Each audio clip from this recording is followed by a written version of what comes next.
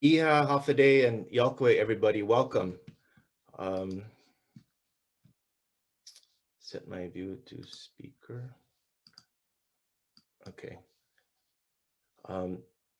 Yes, so welcome to Diasporic Micronesians, Chamoru and Marshallese communities in California and Washington.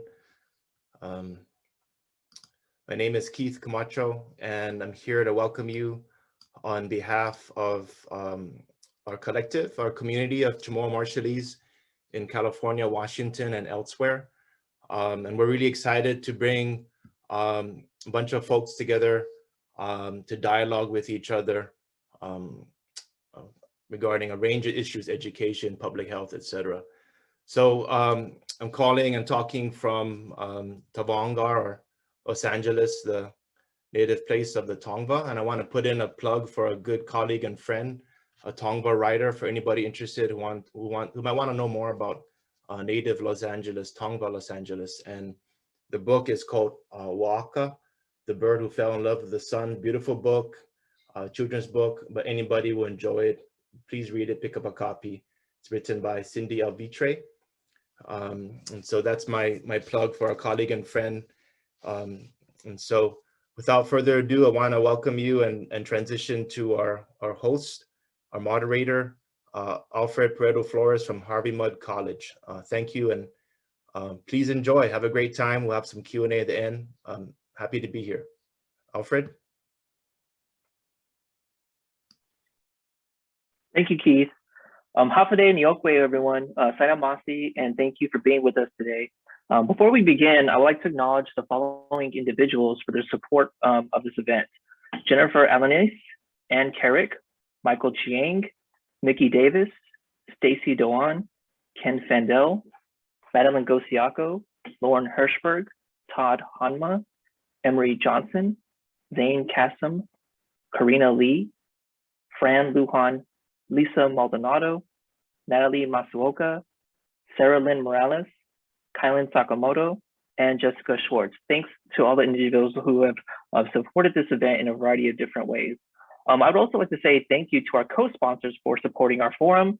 They include Berger Institute at Claremont McKenna College, Department of Anthropology at the University of Washington, Department of History, Politics, and Political Economy at Regis University, the Department of Humanities, Social Sciences, and the Arts at Harvey Mudd College, Intercollegiate Department of Asian American Studies at the Claremont Colleges, Couture and Chamorro Foundation, Office of Institutional Diversity at Harvey Mudd College, Pacific Basin Institute at Pomona College, the Pacific Islander Ethnic Art Museum, UCLA Asian American Studies Center, UCLA Asian American Studies Department, and UCLA's Department of Musicology. So thank you to all of our co-sponsors as well for helping us to come together for today's gathering. And then finally, I would like to thank our panelists and my co-organizer, Keith Camacho, for their time and willingness to talk and share a story with all of us. So for today's forum, each panelist will receive 10 minutes to discuss their experiences working with Chamorro and or Marshallese communities in the diaspora. Each panelist has, after each panelist has spoken, we will then open the virtual floor for roughly about 20 to 25 minutes for question and answers with our speakers. And at that point, audience members are welcome and encouraged to ask questions. Please use the Q&A feature at the bottom of your webinar Zoom screen to do so. And then afterwards, we will have Holly Barker give our closing comments. So with that said, I'd like to go ahead and transition us to our panelist segment for today. I'm going to introduce our first speaker. Jasmine Alec is a first-generation Marshallese American residing in Portland, Oregon. She is currently a graduate student at the University of Washington, where she is studying public health, as well as a research assistant for the Republic of the Marshall Islands National Nuclear Commission, where she works around issues regarding nuclear justice.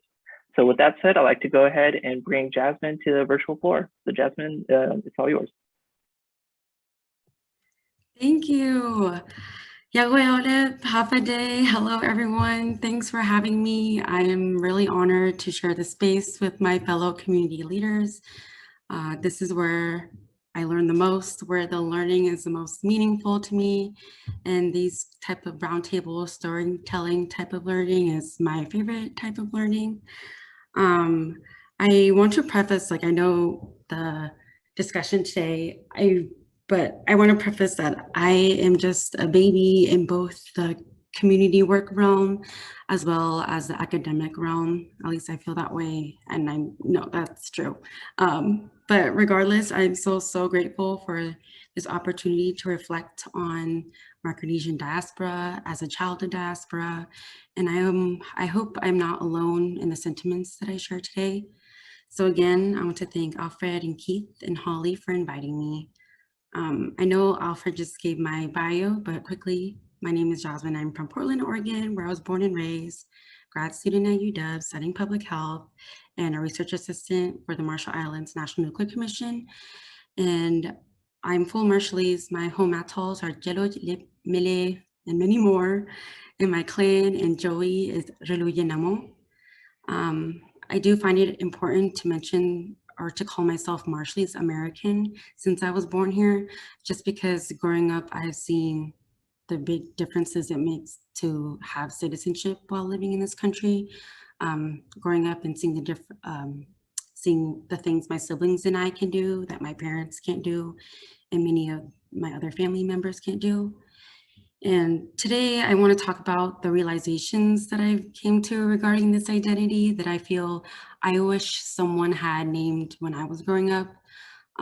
It's not the most polished reflection, as I'm still very much learning and processing, but I promise to be honest. And if anything resonates with you, I invite you to chime in the Q&A. I would love to read your thoughts and comments and any questions afterwards. So growing up in Portland, which is known for being pretty white and not very diverse, I had to start educating about the existence and the geography of the Marshall Islands from a very young age. And my parents very much practiced Marshallese customs at home, which I'm so grateful for, but also caused a lot of confusion for me and sometimes strife between me and my parents, just because Marshallese and American values are so opposite and they clash a lot. So I'm just going to talk about like some examples that I try to grapple with till this day. Like one example is just being a woman and what that means. The beauty of Marshallese and island culture is a lot of your identity and your roles are inherited from your family, lineage, your clan, your gender, etc. And my mom very much taught me what my role was and is as a Marshallese woman, like what my jobs are, what skills I should know, how I should carry and present myself. And then I would go to school in liberal Portland, where they tell me I could be whoever I want and that no one can tell me otherwise. I should do whatever makes me happy and that dress codes are sexist or whatever. And when my mom says otherwise, and these things cause a lot of confusion and arguments growing up between me and my parents that were seen as sometimes disrespect for my parents or to my culture or rebellion, or that I was like in Marshallese jayamunit, like I don't know my customs. And my American side of me would be like, this is self-advocacy or feminism. So I'm still learning to balance this and learning when to speak up or when to shut up, and what customs I want to live full-heartedly and which ones I just want to acknowledge and respect. Another example is, I think that it's a topic that comes up a lot when talking about diaspora, is like language retention, like the shame and not being fluent in your native tongue. Well, growing up, I wasn't great at speaking either Marshallese or English, and I got scolded and teased for not being fluent in both, for speaking broken Marshallese and broken English at school. So it's definitely humiliating, especially since I was born and raised here. And I worked really hard to get good at English or be better at English for school, but then that would only result in being called whitewashed. And my parents also do get a lot of shame from family members for not teaching their kids and not having them be fluent in Marshallese. And I think those arguments totally disregard how, like, the power of white supremacy and how colonized, like, this place is, like school and work. And I feel like we cannot ignore the major barriers and racism people face for not speaking English, for not speaking proper English. And we cannot downplay racism in America. We're not just trying to, not just survive, we're trying to thrive, and we should not be scolded for trying to work around these barriers. And we need to recognize that these are the complex and unfortunate implications of diaspora and white supremacy. But as a student, I am starting to see a lot of effort and work done to decolonize like academic spaces and discussions. Speaking of being a student, I think a lot of the participants here are students, and I think this is something that could resonate, or just a lot of people are in academic spaces. The topic of being a student of color or faculty of color or of other nationality in academia brings up like imposter syndrome, like feeling like you don't belong or you don't qualify to be in these spaces. Well, being Marshallese and American for me is having imposter syndrome in those spaces, and also having imposter syndrome in my own community spaces as well. And I'm starting to feel this like as I am starting to be more involved in community work, I'm beginning to learn my role and my place as a Marshallese American. I know this is like why I'm here. Like my parents stayed in this country so I could go to school and get these skills so I can advocate for my community, give it all back. I totally 100% and support this, and this is what I intend to do. But I realized like as an American, there are injustices that I don't experience. And it's not my place to speak for these identities when they're in the room, but to uplift those voices. But when they're not in the room, it's my job to name it, to uplift. And I can only speak on my own experiences, the experiences that I've witnessed growing up. And personally, I don't think that's imposter syndrome. I think that's just recognizing my own privilege and using that to advocate for my community. Also starting to be more involved in the community work, I'm starting to realize how deep the nuances are for what it means to be Micronesian. Growing up, going to school in Oregon, there was rarely ever like other Marshallese students or even Micronesian students. And when I learned that Marshall Islands was part of Micronesia, I was like, okay, cool, that's the fact, I'm Micronesian. But when I would meet another Pacific Islander or another Micronesian student, or even just Pacific Islander students, I would always get excited until the awkward moments when the Pacific Islander students at school asked for only a Polynesian club. I was like, okay, that's not for me. Or when I would meet a student that was from an island in Micronesia, and the awkward moment when I have to tell them that they're Micronesian, and then they deny it, and not only deny it, but deny it with disgust. Like, this is me realizing that some people don't want to be associated or called Micronesian, and I'm starting to learn, that was like me really beginning to learn what it means to Micronesian, what it means to not be Micronesian.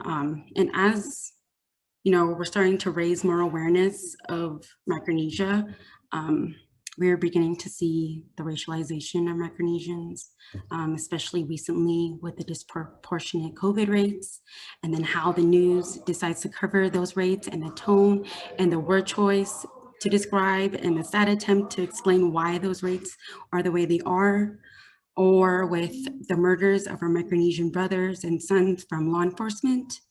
And then in response, seeing the split reaction, the split in the Pacific Islander community of those who are in solidarity or those who choose to be silent, the loud silence from either our Polynesian or non-COFA Micronesian communities. I think it's interesting when Pacific Islanders always want to talk about how we have an emphasis of community in island culture. But then within, I think we can do a lot better, of course, especially even in this month of Asian American Pacific Islander Heritage Month. We know Islander spaces are Polynesian representation dominant, and then Micronesian, Melanesian, or even more so COFA representation resistant, it feels like. So studying public health and learning these systems and trying to make sure equity is being included, I'm starting to learn a lot and more about the micro and macroaggressions of what it means to be Micronesian. I get this American identity as well. So I think there's still a lot of work for me too. Like I had a lot of learning to do, a lot of unlearning to do, and I'm at no conclusion, but I think this just calls for more solidarity, not in just the Pacific Islander community, but also just even in our Micronesian community as well. I'd love to hear your thoughts, comments, and questions. That's all I have. Thank you so much.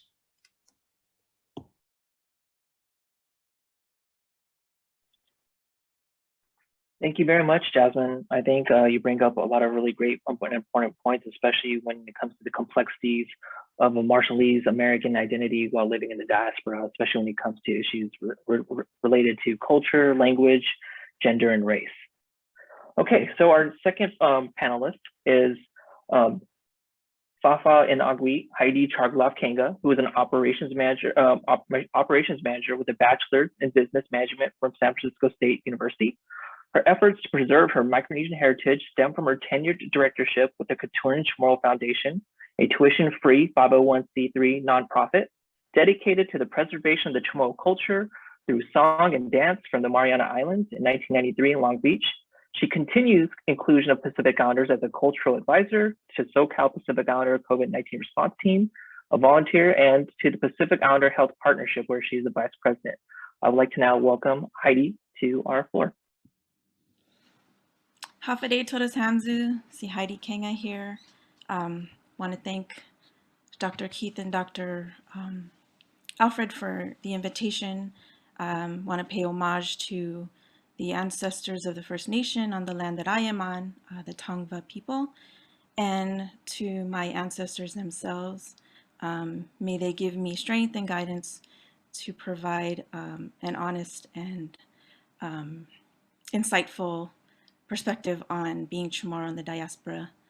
First off, you know, as a director of the Chamoru and Marshallese Foundation, what our goals are to teach the language, teach the culture, teach our values through dance and music.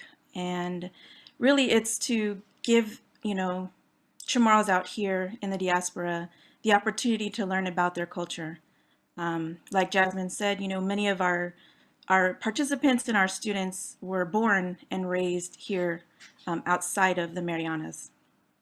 My family comes from, on my maternal side, I am from the clan, the Paris clan Familian Godzu. We are from Inarahan. And on my father's side, on my paternal side, I am from the Familian Carabao side, or the Conception Chargaloff side.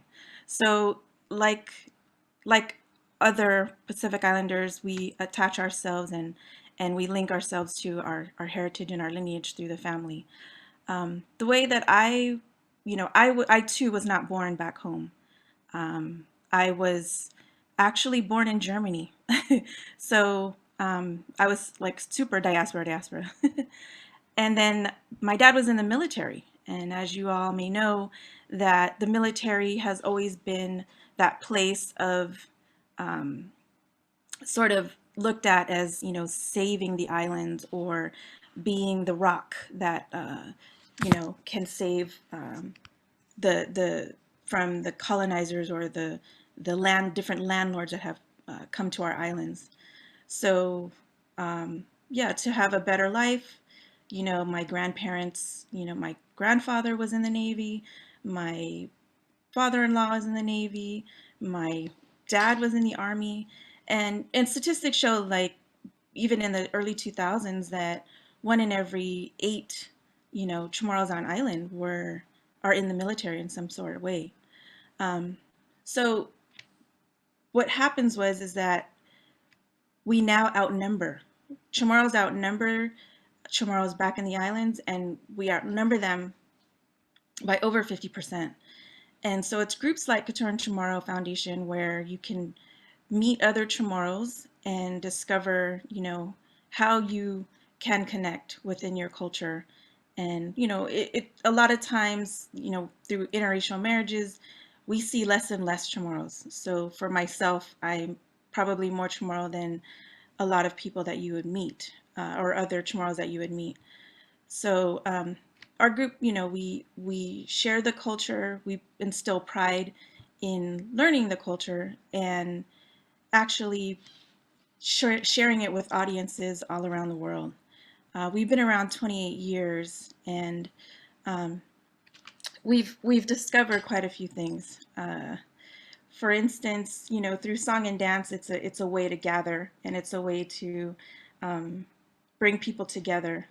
We also have, as our group started to grow, we're almost ending our third decade, that we had to be creative. We had to create Tafanapati, which is an immersion camp, so that students can, if they don't want to learn how to sing or dance, that they could actually do it through learning from folks like Dr. Keith or Dr. Alfred, who would come in and teach them different aspects of the culture. We would bring in cultural experts to, share with them how they've adapted from growing up back home and then coming out into the diaspora and making a, sort of success of themselves, but utilizing their cultural values to get them to where they want to be. A lot of times, Chamorros in the States, to me, are so far away and have not attached themselves to the culture. Or like Jasmine, they were born here and then have been so removed from the culture that they don't know what it means or how to be, Chamorro. So my perspective, being in the community and being executive director of a group that has been around for quite some time, is just to give the diaspora, a place to come and to learn and to share. And that's really our goal. What's most pressing right now is obviously, I do a lot of work now in health and with other Pacific Islanders. And yes, the Micronesian, representation is so small in comparison to the Polynesian and Melanesian representation.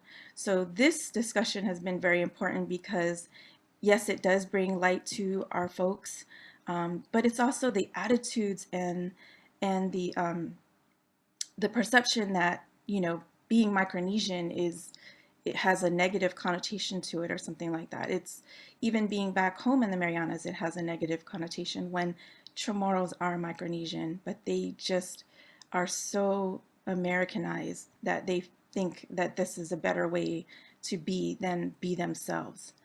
And our goal is not to take away from folks who have different, perspectives on being Chamorro or being Chamorro when it's convenient. But, we celebrate Mes Chamorro, which is in February. But for me, I'm Chamorro every day. So every day there, a topic comes up or an issue comes up. And it happens, like Jasmine mentioned, even in our own Pacific family. And right now, our COVID numbers as Pacific Islanders are the number one racial group when it comes to COVID deaths and COVID cases. We've helped start, and I'm a part of the Southern California Pacific Islander response team. And so we've done a lot of work in Southern California in just having a unified message in helping our faith-based, community as well as our youth and our elders understand that, as Pacific Islanders, we live in multi-generational homes. We are essential workers, and that, we have to go to work. A lot of us went to work even when we were feeling symptoms or were feeling sick. Our issue now is, getting folks to understand the vaccinations, and we have to do them in language. There's such a disproportional, break between the in language and in English, and so it puts groups like Qatar and Chamorro kind of in the middle, where you don't need it, this to be translated in Chamorro because not enough Chamorros really need it. And it's, to me, that just breaks my heart, because no matter what, if there's an opportunity and if it's not put in front of them in language, the diaspora will not even attempt to see it or learn it. So, I mean, I have I have thoughts all over the place, but the biggest part is, yes, to be together when it comes to Micronesians, all of us together, not just Chamorros or Marshallese or Palawan or Yapis. We need to be one, because, like I mentioned earlier, the U.S. military has taken over our islands. What we're facing now in Guam and in the CNMI is the desecration of our burial sites. As I wear the jewelry of my ancestors, we wouldn't have discovered these things had the burial sites not been, actually discovered and actually cared for. What we're seeing now is that the military is just putting them in plastic bags and laying them to the side for a year. They don't have an oversight committee that will help, and a cultural one who will pay homage to the ancestors and will properly give them, a proper burial. So groups like Independent Guahan and Allied Marianas, we're trying to maintain our heritage. We want to make sure that, KCF wants to ensure that you're learning your language, because we know that in one generation, the language could be completely gone.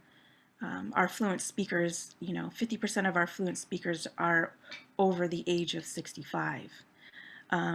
And I want to just say to those of you who are of, an indigenous race, is to seek guidance from within. And, through groups like Qatar and Chamorro, they're there for the reason of linking you to your heritage, because, you don't know where you're going unless you know where you came from. So it's important to have that pride. And I am Chamorro, Tomorrodzu. I don't hardly ever say I'm an American, because I know when I went back home as a young child, I had a personal connection with the island and the Marianas, and there's no way that I would put anything first than saying that I am Chamorro. So, as Qatar and Chamorro would say, "Gikinalem tenta tahagui ihaleta," it's that in our movements, we reach for our roots. So, in closing, I just want to thank all of you for giving me a moment to speak on the Chamorro perspective of being in the diaspora, and the frustrations of us having to and needing to link back with our families and our culture back home, because together in numbers we have a louder voice. So, Sidu Ismasi.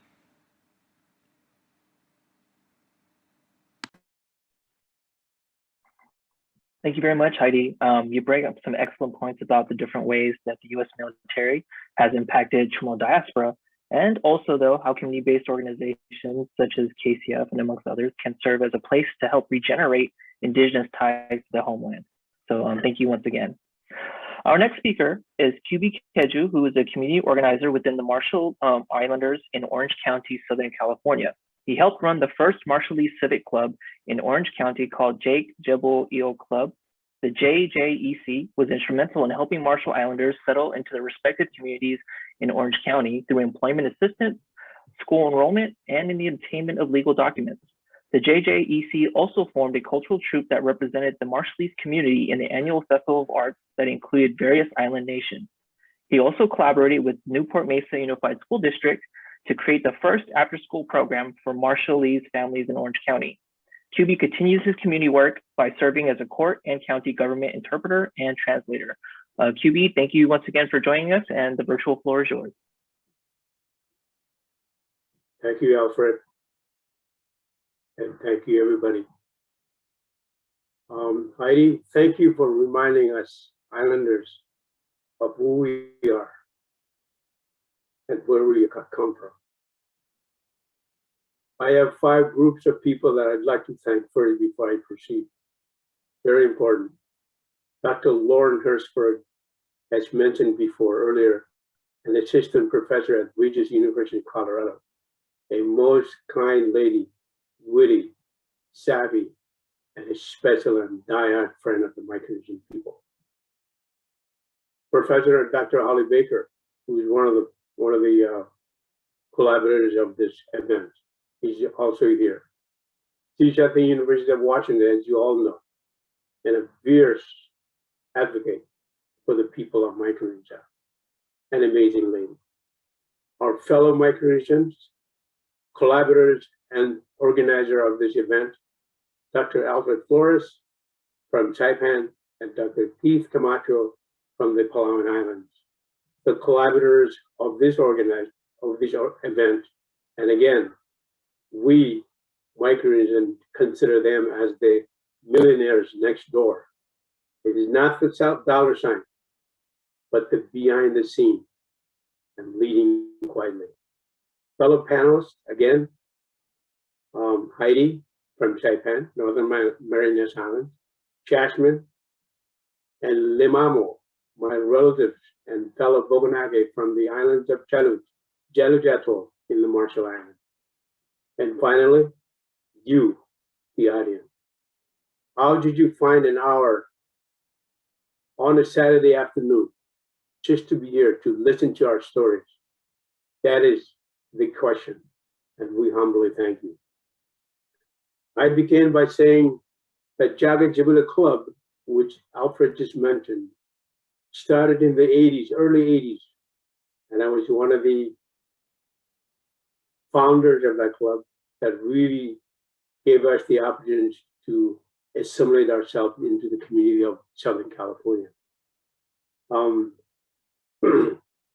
we tried to maintain our culture and our heritage by being involved in, first of all, community events, and collaborating with other Pacific Islanders with festivals and other events that really preserve our culture and heritage. And really, basically, what we wanted to do was to assimilate and make sure that we were at the right spot, at the right moment, and assimilate ourselves into the community again. One of the good experiences that I had was involved with other Micronesian or Pacific Islander community organizations that really help us throughout the years. And one example is the Pine, which is Dr. Victor Thompson, which is in Southern California also, that really helped us and put together events, especially education events, to make sure that our students that completed studies.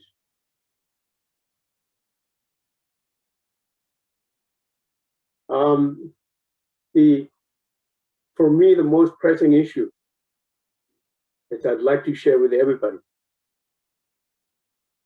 I hope that the United States will treat our people, or the COFA, Compact of Free Association Citizens, uniformly throughout all of the 50 states, not just California, Washington State, Hawaii, and Oregon, but all throughout the 50 states. Because when we come here, we come as a result of our special relationship with the United States, which is Compact of Free Association. But when we try to assimilate, when we try to live in various communities within the United States, we're not treated the same And we have challenges throughout. From the beginning, when the Compact of Free Association took place back in, I believe, 93, if I'm correct, if I'm not mistaken. But that is one pressing issue that I'd like to share with everybody. And I think Dr. Holly will repeat that shortly. But that is one pressing issue I hope that we can take away from this event and really share with the rest of your neighbors, your Congress people, your leaders throughout your community and throughout the United States. Thank you very much. And before I go, I'd like to say, Katu Muri Chojini Pelel Katuin, which essentially means I must humbly thank you before I say Allah. Thank you.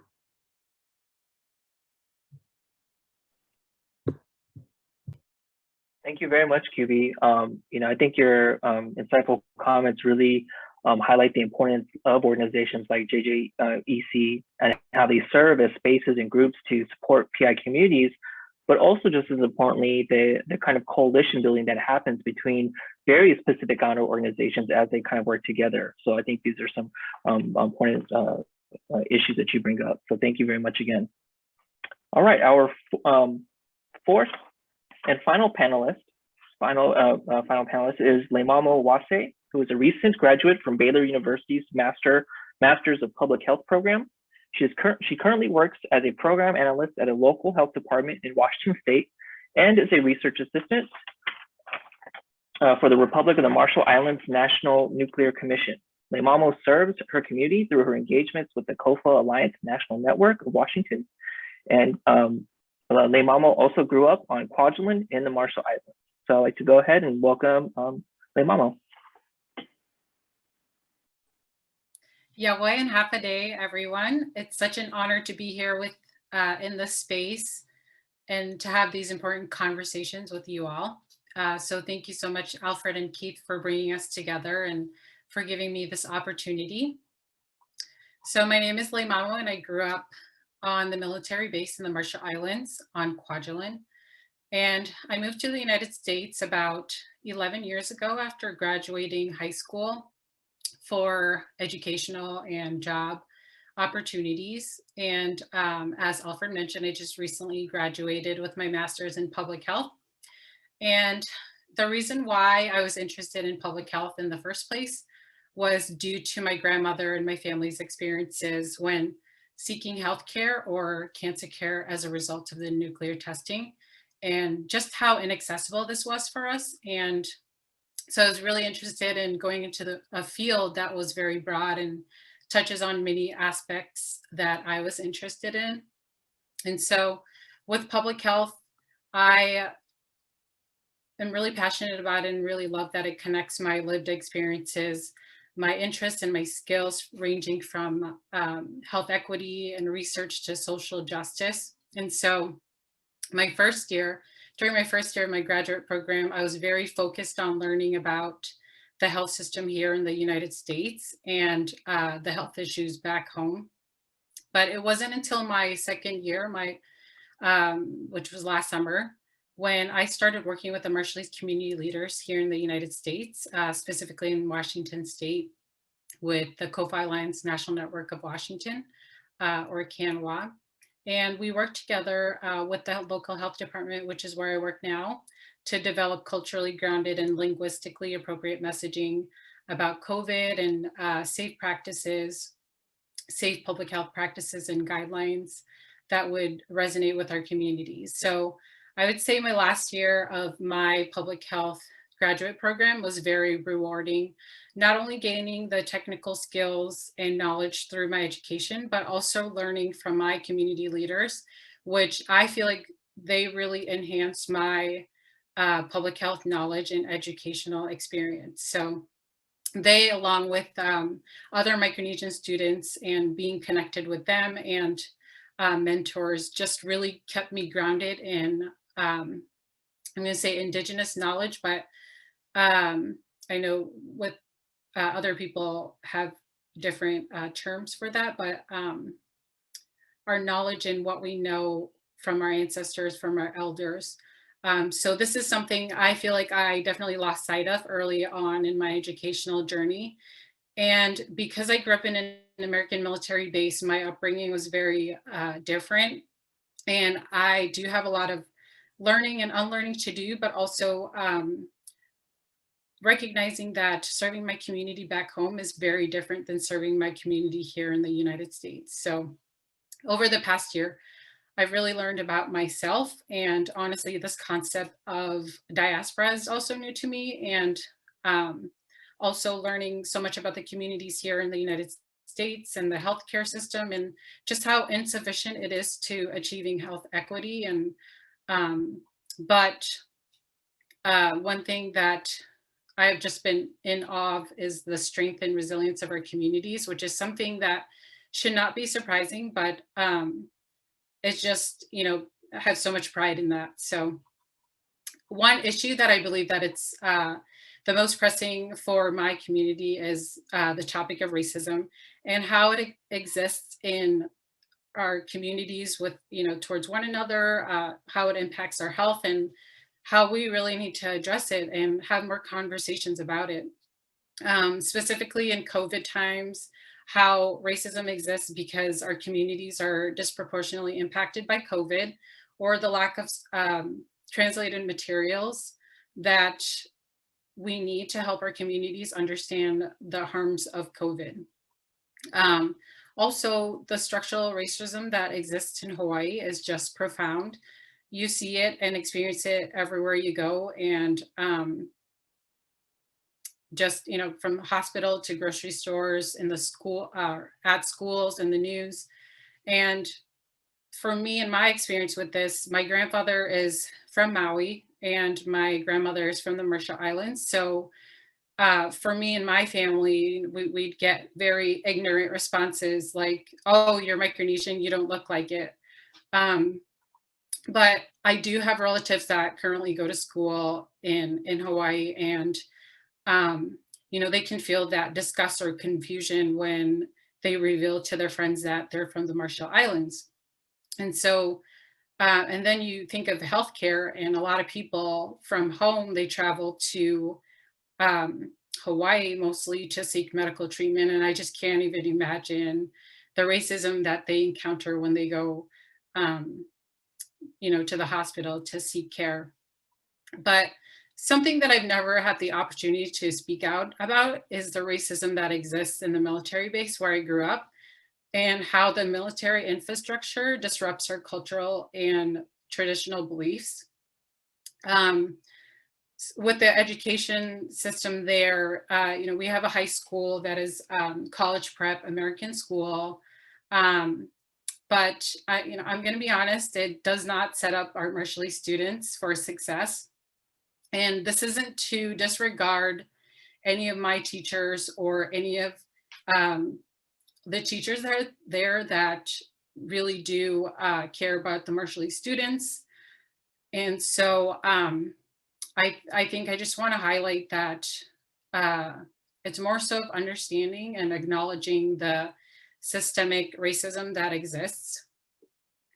And so on Quad, once you graduate high school, you're given a certain amount of time to leave the island, and usually it's about like a year or less to leave the island. And most of the time it is expected that you go to college. And so there's just that lack of understanding of how this affects our families and our well-being, just being so far away from home and with the minimal support that we receive when we move here, and from these educational institutions. And so I wanted to bring this up because this, you know, impacts the diaspora.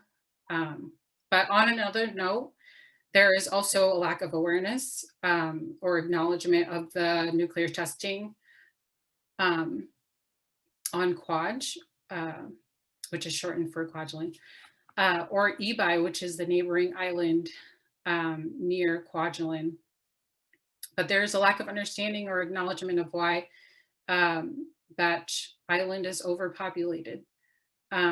Also, the never-ending microaggressions towards the Marshallese people, people saying our government doesn't care about our people because we have such high chronic health disease rates and no adequate healthcare facilities or infrastructure to support that. And then lastly, humanitarian work and how it sometimes comes off as work to, save the needy or some sort of white saviorism. There's this idea that we depend on the US to help us, and, American way is the right way. And so with racism, these racist policies, racism against one another really impacts us, our well-being, our future generations. And I just agree with what everyone has said here, that we need to learn more about one another and come together and work together to address these issues. Thank you so much for allowing me to speak today.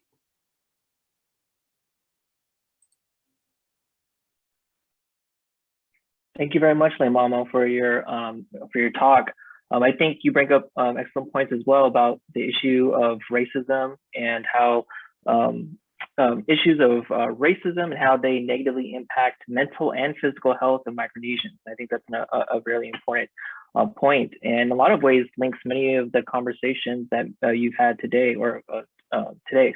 So maybe the talks that we had today. So with that said, I'd like to go ahead and bring everyone back. So our panelists, you can go ahead and turn on your cameras. Keep your audio please muted though until you prepare to respond to any of the questions. And for our attendees, please go ahead and send any questions you would like into the Q&A feature at the bottom of your Zoom interface. We do have a couple questions already posed into the chat. So we have about 20 to between about 25 minutes for Q&A. So I think that's a pretty decent amount of time. So as you are typing your questions into the Q&A section, I'll go ahead and maybe pose the first question to our panelists, and feel free to jump in and answer it the best way, the way you would like to.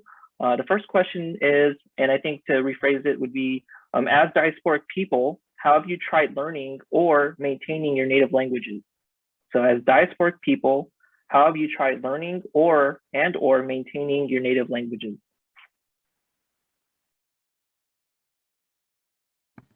I could go first. So KCF has duplicated themselves. We have a language program that we would do in person normally. It's the first in the continent when it comes to, and the longest running one. It is called Tahita, which is an acronym, but also means for us. And Tahita is to Hatsa Itaningo Antigu, which is to raise the ancient ways. So we've also duplicated ourselves in creating other groups like Unohid in San Diego, where they also have, dance, Chamorro dance and language, as well as in DC, there's a group called Hale Para Agupa, which is Roots for Tomorrow, and they offer Chamorro online learning classes. So in conjunction with Dr. Pevakwa, who also has online languages now, or online classes in Chamorro, they provide online language classes to the diaspora and anyone who is willing to learn Chamorro. But we are linked in as a Fafat Nagui. I am the 14th member of the Tribal Council back on Guam.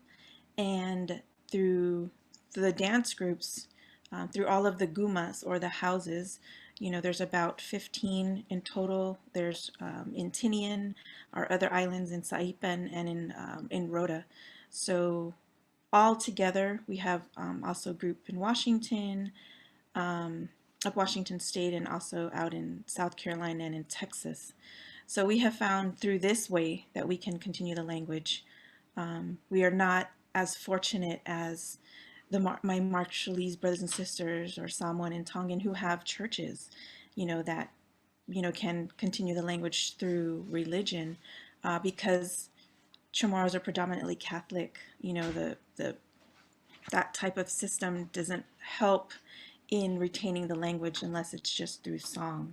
So that's how we Chamorros in the diaspora maintain language. So, Sijus Masi.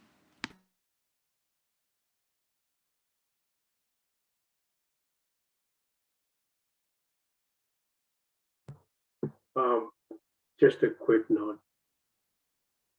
I am very, very amazed at what Heidi just went through with our program to maintain their language. And that is one of the challenges that we're facing, to be honest. For myself, I tried to speak Marshallese when my children were young. And hopefully they can understand, but speaking, they have challenges. And we really don't have any classes, program, whether it's community or through school, to maintain that language, our language, Chapman.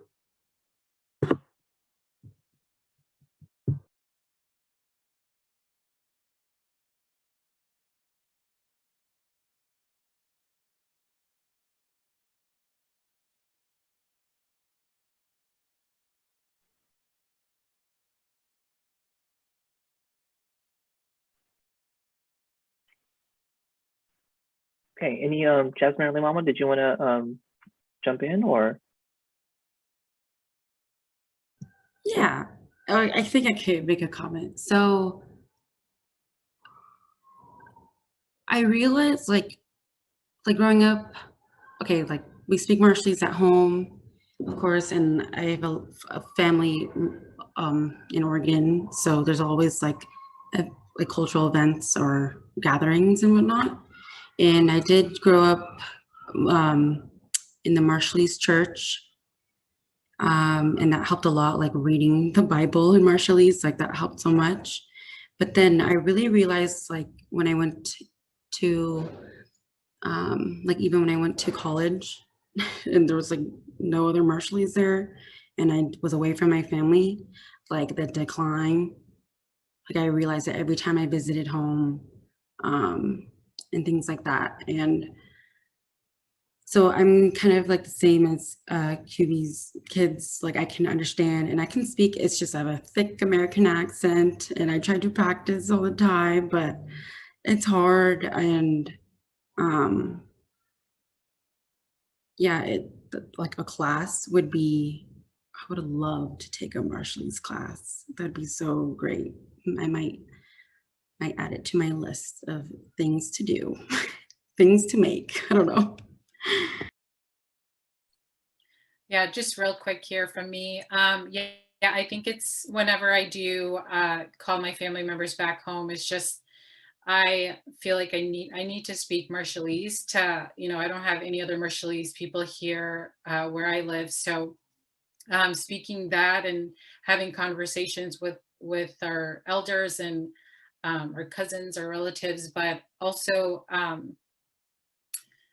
my gosh, I totally lost my train of thought. Sorry. But I would say that that has been something that has really helped me, you know,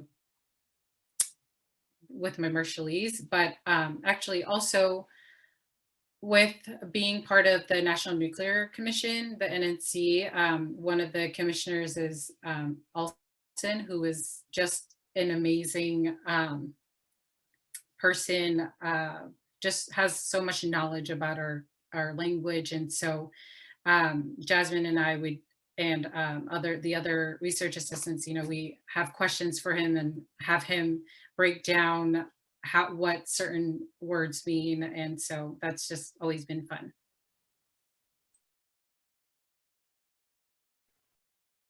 All right, thank you all for your responses to the first question.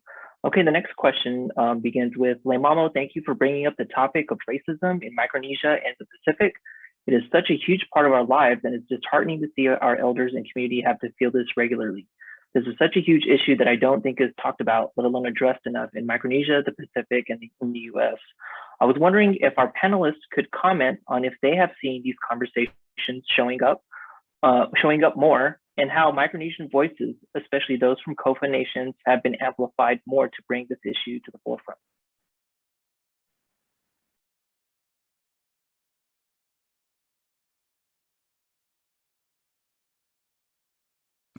I can say that through SoCal PICRT, and I put the website in the chat, is pacificislanderhealth.org.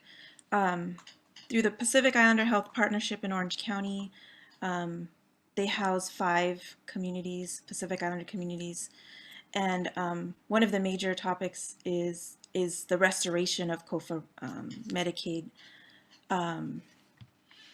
benefits. And so we're working with a couple of API organizations, but I can see and we can tell that in Washington it has, really started and made a big change in getting that information out and helping Diasporic Marshallese get registered, and restoring their benefits. It is a huge feat because, from what I understand, there's about 100,000 out here, but they're kind of displaced in certain areas, right? So Orange County, Arkansas has a very large community, and when COVID happened, many of the community worked for, the 3 major or 2 major meat packing factories, and it just ravished through the community. We were getting, daily, we're getting numbers that were just devastating. And at the time, healthcare was not provided at all. And in language information, or even when you would go to the hospital, there were no medical professionals that spoke the language. I mean, it was devastating to see the numbers. But there are a few initiatives and actually organizations that are working on, getting it together in California. So Le Mama, I know you're going to hear from me soon about the whole topic. So, but I'd like to, open that up to everyone who has who has actually provided that type of work and that type of information to our community. Because, I mean, we see it on Instagram when, displaced community members from the Marshall Islands end up in Hawaii and they get accused of, taking away health benefits or funding because they're displaced. That's ridiculous, right? Or if, I'm with my Polynesian friends or community and, the moment they realize, oh, Chamorros are Micronesian, they just think we're Guamanian. And it's like the effects at the US and the decision and the lack of opportunity to make the decision as a US unincorporated territory, we have no say in what happens. And so, Jasmine, I feel you, because majority of my kids and my families are born and raised here, or their parents were raised back home and then are brought here, either by the military or to go to college and start their families here. There's so much that could be done and should be done, but I think together we can actually really make an impact, and just change the attitudes of everyone, and have a strong voice as one.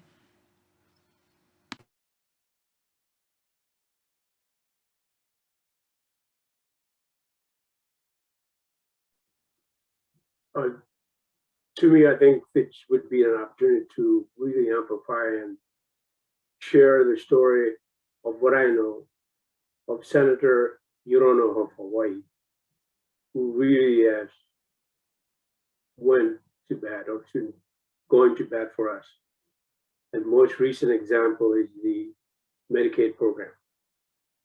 And again, I question myself, what state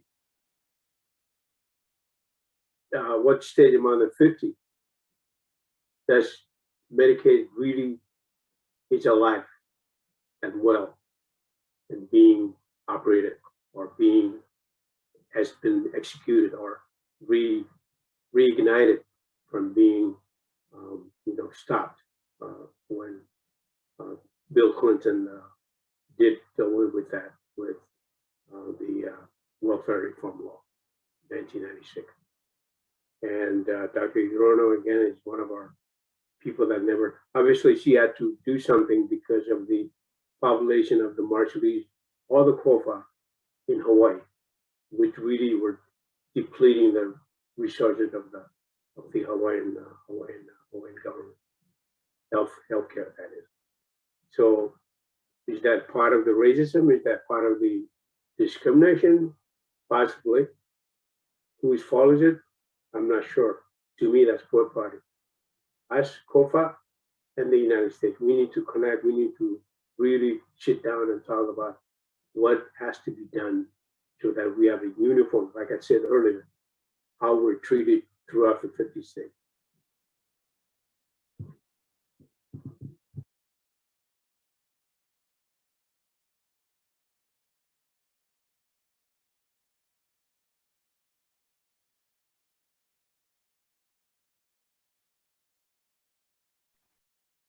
Okay, Jasmine and Melma, would you like to jump in? No pressure, just want to make sure. Okay, great. So let's move on to our next question. As it seems that the US government is responsible for so many of the public health issues in Guam and the Marshall Islands, what has the US government done to help address these issues?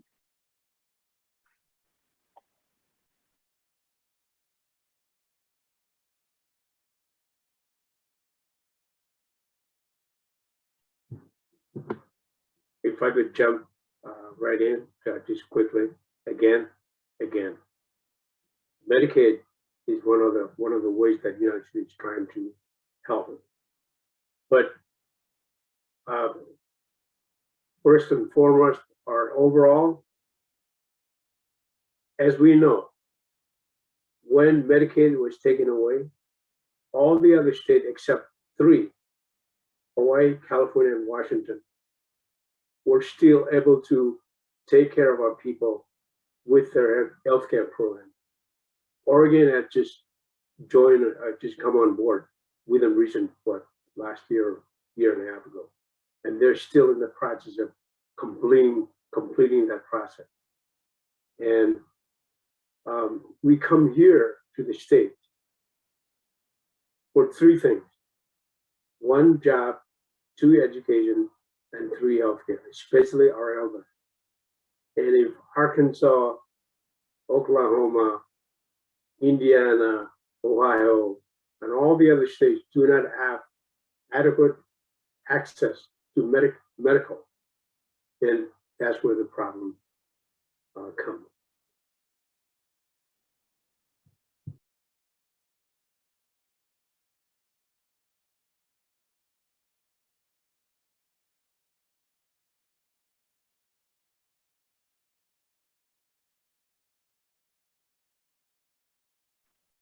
Anyone else? No? Okay, so let's move on to our 4th question, which is, I wonder if you can share some of the positive ways that Chamorro and Marshallese communities on the continent are working together to improve the racism against Micronesians on Guam and in Hawaii. The diaspora on the continent seems to be faring better in working together for advocacy than those in the islands. Please share your thoughts.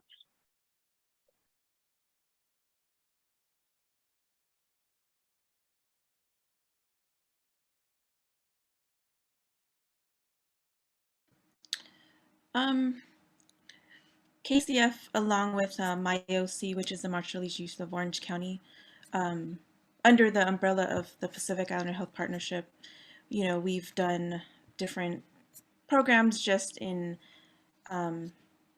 advancing information on understanding health disparities and things like that. But it's not directly just as a Micronesian, message or a Micronesian perspective. It's as an NHPI perspective. So I know that there can be more work done in that sense. There's a strong representation up in Washington and Oregon as well. So that I think we should move forward and actually help one another in that overall voice. But there's a few platforms online on Instagram that folks are following and starting to build that conversation. So hopefully, you know, we can work towards that really soon. Yeah, with the students, Jasmine and I are part of a student group called Research Family at the University of Washington, and Holly's actually the advisor for that. But it just allows us to come together as students and to talk about these issues together. And these students are Pacific Islander students from, you know, we have a student that is Chamoru, and also, you know, there's a lot of Marshallese and other Micronesians and Polynesians. So I think having that space is a start.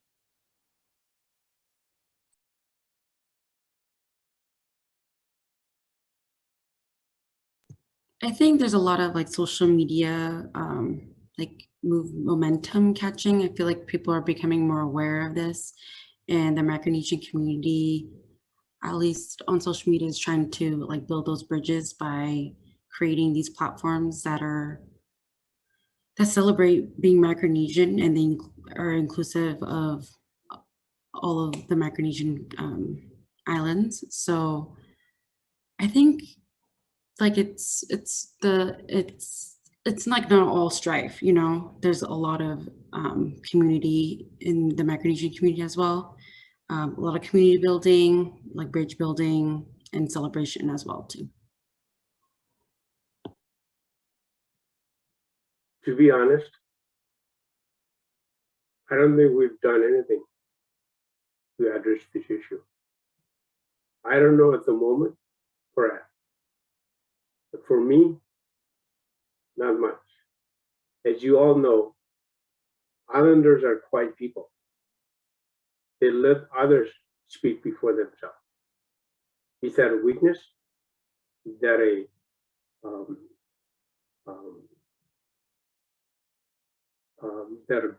bad thing? Perhaps, but that's the reality, at least for me.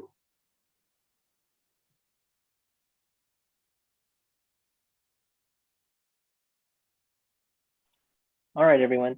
Thank you. Let's go ahead and move on to the next question, which is from Supriya, that says, thank you all for this discussion and for sharing your experiences. What changes in the U.S. education system or laws would you propose to support younger members of the diaspora living in the United States, or I should say continental USA?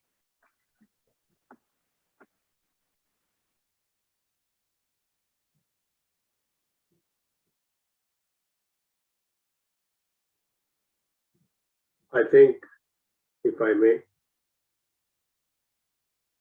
what President Biden is about to launch, if it passes, with the FAFSA, with free junior college, all that, those would be very ideal for us.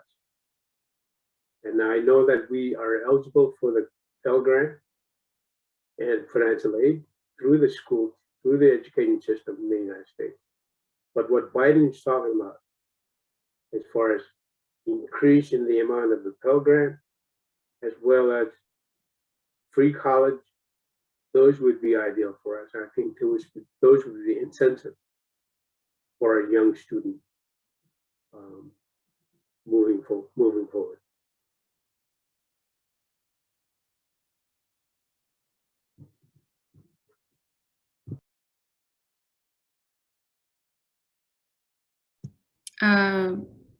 Of course, like growing up, I never saw Micronesia or like not very much Pacific Islander curriculum at all.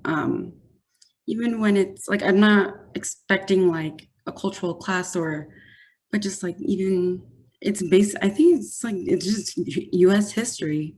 They're excluding a lot of things that the US has involvement in. Like we talk a lot, like in school, we grew up all the time learning about the US's successes and winning wars or whatever. They're like even just generally like the nuclear tests, that is American history. And not a lot of Americans are aware of. So I think that's fair to include, and I think it would change a lot of things. At San Francisco State, there was, a Pacific Island Studies sort of course that started back in the early 2000s, late 1990s. But it continues today. It's expanded to the College of San Mateo, and I know UW has a program as well. So there's an initiative here in California to include, AAPI curriculum into the system, but it would be beneficial for everyone to understand, the experiences and how we are connected. I mean, if we're U.S. territory and we are U.S. nationals, that makes us part of the narrative. So if you better understand why or how we got here, then it would help dispel, all of this discrimination and things like that. So it's out there. It's hard to find, but professors like, Dr. Keith, Dr. Flores, at the University of Michigan, there's Dr. Diaz and Dr. Tina Delisle.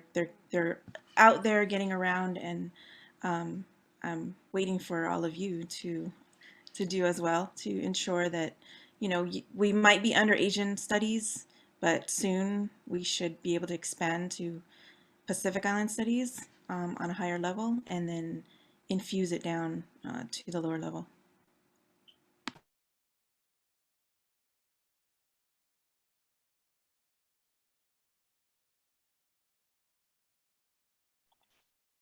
All right. Our next question is from Joey. What is the panelist thoughts on unifying the diasporas or of Micronesians who are second and third generation?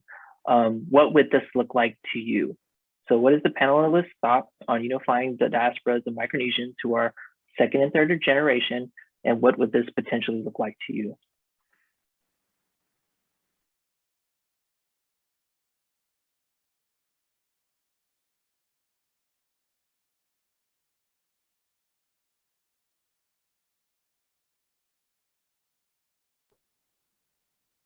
I think that would be the ultimate. For me, I believe that any Micronesian that have become professionals, being trained here in the United States, ought to reach out to the islands in some way. Dr. Rickling and Dr. Alik, which is Jasmine's probably uncle, one in Honolulu, Alik is in Honolulu, and Dr. Rickling is in Arkansas. I've spoken to both of them. I said, I know that you both are taken here in the United States, but what would it take for you to reach out to the island, whether it's physically there on some kind of a schedule, or being here but reaching out to them in some way? You could figure out what that is, what those may be. I think that would be a great thing for our people. And if the second and third generation become professional themselves, I think that would be the day where they could reach out, whether being there or being here, but reaching out in some way. That would be the ultimate.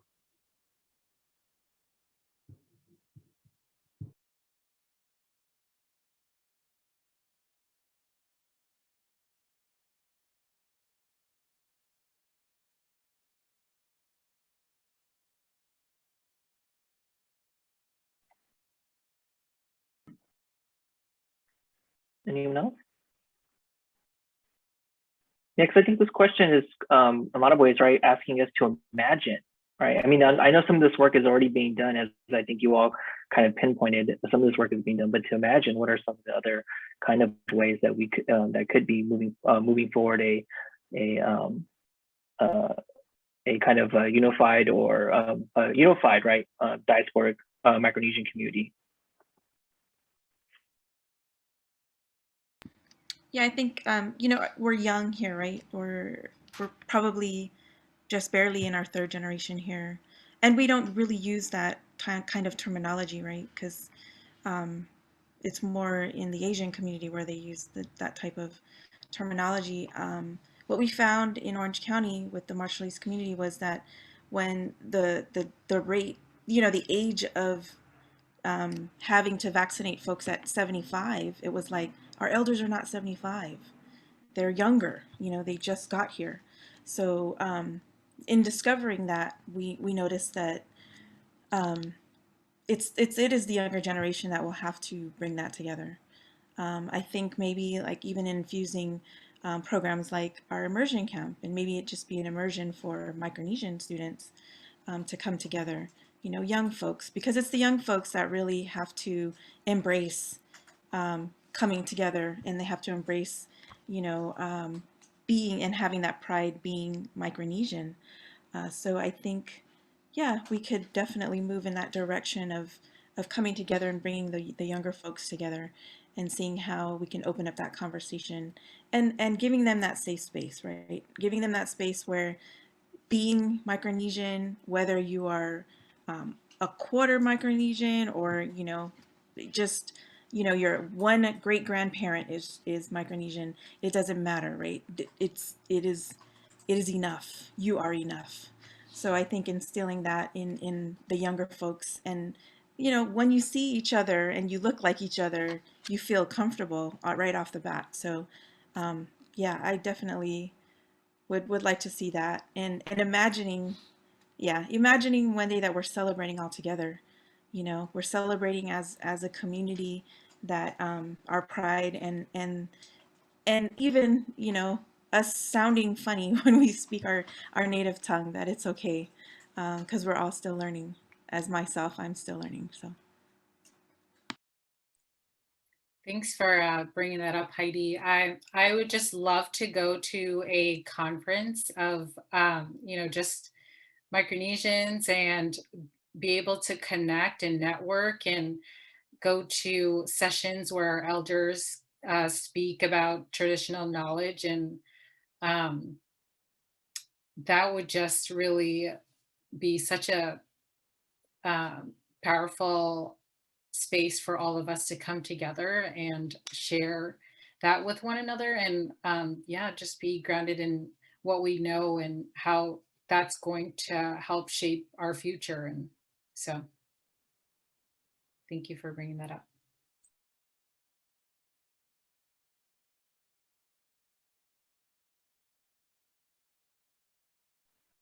All right, that's going to conclude our Q&A segment of our program for today. So thank you again. Thank you once again to all of our panelists for sharing your stories and your time with us. It was very insightful, and I hope our attendees were able to learn something that they didn't know before, and hopefully use this this moment to build upon or pursue other opportunities to continue some of this work, or to be involved in this work. So my apologies for those of you who didn't get your questions answered. If you do want if you would like to pose your questions, you are welcome to email me, or if our panelists would like to share their emails in the chat, that's up to them. I'm going to leave that to them, or I could send those questions that you want to pose, and I can forward them to our panelists. So either way, we will still do our best to answer your questions if you would like them still to be engaged. Okay. So what I would like to do next is go ahead and transition to our closing remarks. So for our panelists, you can go ahead and mute your audio and turn off your cameras. And I would like to introduce Holly Barker, who is teaching professor at the University of Washington in the Anthropology Department and the curator for Oceanic and Asian Culture at the Burke Museum, where she focuses on building leadership and research opportunities for Pacific Islander students. Holly also serves as a commissioner on the Republic of the Marshall Islands National Nuclear Commission, where her efforts similarly focus on building the capacity of Marshallese community members to advance nuclear justice. So Holly, the virtual floor is yours. Thank you so much. Appreciate that, Dr. Alfred. And just want to start with just profound gratitude to everybody who's been involved in building this, because it really is just such an honor to sit and learn from all of you as you share your powerful stories and experiences.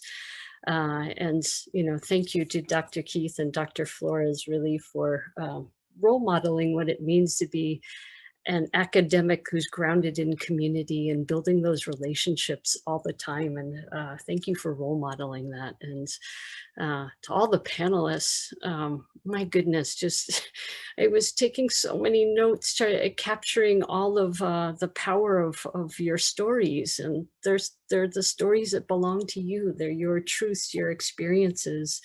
And so I want to thank all of you, Heidi and Q and Leimamo and Jasmine.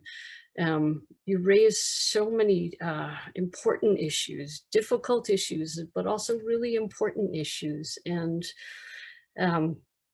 as a non-Pacific Islander, a Micronesian, as a white settler academic, struggling to learn and to unlearn, to think about all of these issues that you've raised. You're telling stories that are helping us understand where the barriers are and also where the potential for building something positive is. And we need both of those, right? And, I think in the ways that both Heidi and Q's leadership over several decades have demonstrated the importance of creating those connections and those spaces and opportunities to build community and connect with language and culture, and how imperative that is in the diaspora, and how long-term that work is, right? And also to the ways for the second and third generation, how different those experiences are, and the way that I think Leimamo and Jasmine brought up, and they're really brave in some of the hardships that they brought up too. And I just want to thank them for doing that immensely. When Q was speaking, he was talking about the special relationships with Micronesia and how much of a lack of awareness that there is in the United States. And, we're focusing today on the experiences in Washington and California. And we see so much community activism. There's so many strong community leaders in the Chamoru and Marshallese communities. There are strong community leaders and elders and organizations, and groups are organizing for lobbying and developing relationships with legislators so that they can go to offices. And I watched the way that's happening in California, the relationships that are being developed with Representative Porter and others, and the way that happens in Washington State, developing relationships with all of the Washington State legislators. And when the community is dealing directly with the legislators, there's a real power to that. Again, to sharing your own stories and telling your own stories, I think.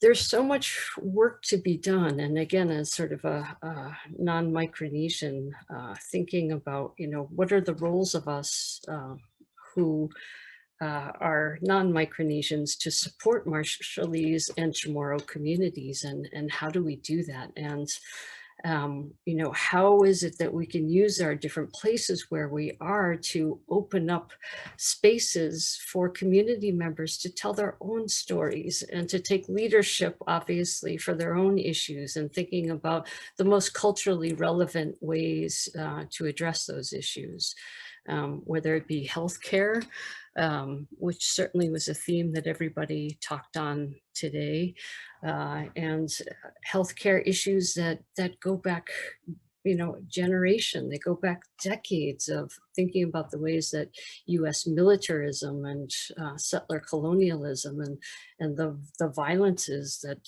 happen to people's bodies and lands and health because of that. And you know, when I listen to Q and think about the role of his sister too, as just like one of the most powerful nuclear advocates in the Marshall Islands, talking about the health impacts from US nuclear weapons testing in the Marshall Islands. And then how that continues into Le Mamo's family, the way she talked about is that inspiration for her own public health and the need to study that as well. That these stories are long and they're across generations and they're across many, many decades, but still in the United States, there's, as Q was talking about, that lack of understanding of this special relationship. And we really see that with an issue like Medicaid, and that it took decades to get Medicaid coverage in place, despite the fact that other legal migrants to the United States came to the United States have no special history. We're not former trust territories or in any relationship whatsoever with the United States, but we're granted that access to healthcare, and what a difference that makes. Another theme that I think was just so critical too was to address the racism, to look at the structural racism and how that's connected to all the inequalities. And again, for those of us who are non-Micronesian, to let community members talk about what that is, and then to find the places where we've got to address those structural barriers. We need to focus on the strengths of communities, certainly, and the Chamoru and Marshallese communities are filled with so many cultural strengths, and there's so much to celebrate, there's so much foundation, but there are also some difficult conversations that need to be had too, including, you know, the anti-COFA racism and how that's experienced in Hawaii, in Guam, and perhaps differently in the continental US, and then how the communities in Washington and California are working together, I think, in really strong ways to counter that, because it's, and Vid noticed this in the questions, that it is different. It is different in the continental US, and trying to understand more about that. I see so many places of hope, certainly. There's so, again, the strengths in the community, the power of the story, the willing to be brave and share these stories. There's so much hope in the students and the young people. I know both Mamo and Jasmine talked about Research Family, for instance, and Pacific Islander students creating spaces for themselves when they don't exist within academia, and the role of Rachel Tamjin, who also had a question there in the chat, and helping to build that for undergraduates, but also for graduate students too, and how people are coming together to create the spaces that they need. There's a lot of difficult work to do. There are going to be a lot more barriers to address in education, in health, in policing, and in really every sector. But there are also incredible bridges that are being built through all of the community members. And what this group wanted to do in the webinar today, which speaks volumes to all the people who are involved in the webinar, is to fire up the chat feature for everybody who's listening and joining today, so that you can share in the chat if there are different lectures coming up, or if you have favorite readings that you want to share. It might be of a Chamoru or Marshallese poet or academic, or an artist that you'd want to share about. If community organizations like Heidi's and Q's that have activities or have different events or ways that people can learn more or share more or support more, whether it be like COVID outreach activities or anything that you want. We would love for you to use the chat feature, and so that this webinar itself can be a part of those building bridges and building relationships and building understanding and building support. And with the leadership of Chamorro and Marshallese communities about what the future should look like. And then those of us who are not from the communities, finding ways that we can open spaces in our institutions to follow that leadership and to support that leadership in any ways that we can. So please, we'd love to see you fire up the chat and tell us about some events that are coming up or anything that you would like to share so that we can collectively build something better and far-reaching. Again, thank you to all of you. Thank you to everybody who gave part of their Saturday to join today. It's really just an absolute honor to learn with everyone today. So much, much gratitude. Thank you. Thank you very much, Holly, for your closing comments that were very inspirational and hopefully can lead all of us to, working to improve, right, and better and advocate and be allies for all these communities. So thank you very much. All right, that brings us to the end of our forum for today. I just want to say once again, thank you to our panelists. Thank you to also Keith Camacho and Holly Barker for your opening and closing. And also thank you all for attending, because as our panelists and Holly said, you decided to spend part of your afternoon with us. So hopefully you found it insightful and inspiring. So thank you all very much and take care.